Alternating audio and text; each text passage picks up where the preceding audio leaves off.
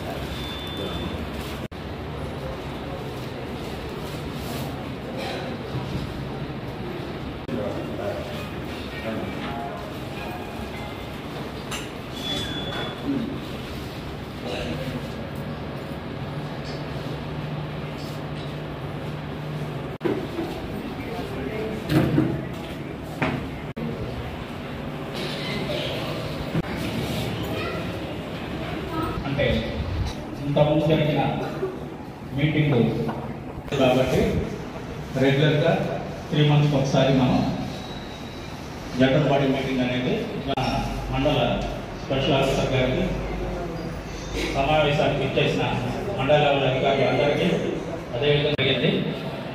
ఈ సమావేశంలో first time మనమందరం కూడా చిన్న సన్మాన కార్యక్రమాన్ని జరిపి తదుపరి మనం మన సమావేశాన్ని నిర్వహించుకుంటాం.